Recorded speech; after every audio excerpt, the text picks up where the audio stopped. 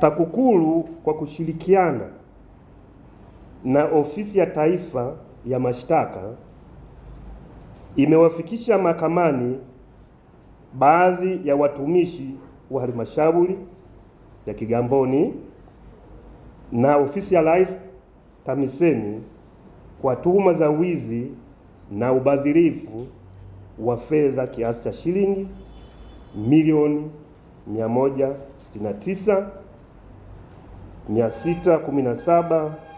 169,617,520 maarufu kama fedha za bakaa. Uchunguzi ulifanyika kwa mujibu wa sheria na Septemba 2, 2025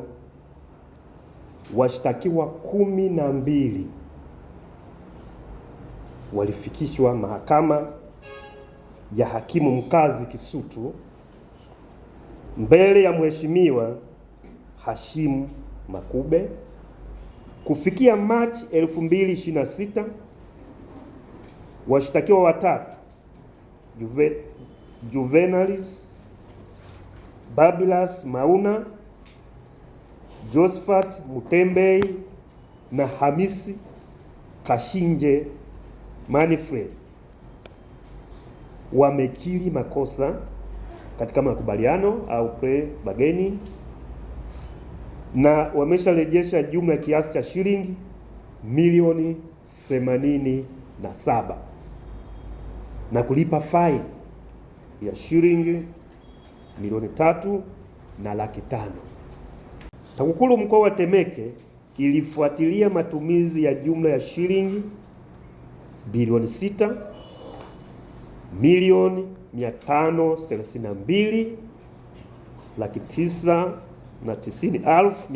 6,932,990,529 kwa ajili ya utekelezaji wa miradi 7 ya maendeleo katika sekta za elimu, afya, ujenzi inayotekelezwa na halmashauri za manispaa ya Temeke na Kigamboni. Kwa kipindi tajwa, TAKUKURU mkoa wa Temeke imefanikiwa kuokoa na kurejesha shilingi 370,000 kwa madereva bajaji 40 wa kituo cha Kibada huko Kigamboni waliokuwa wametozwa fedha kwa njia isiyo halali wakidaiwa kulipia stika za maegesho.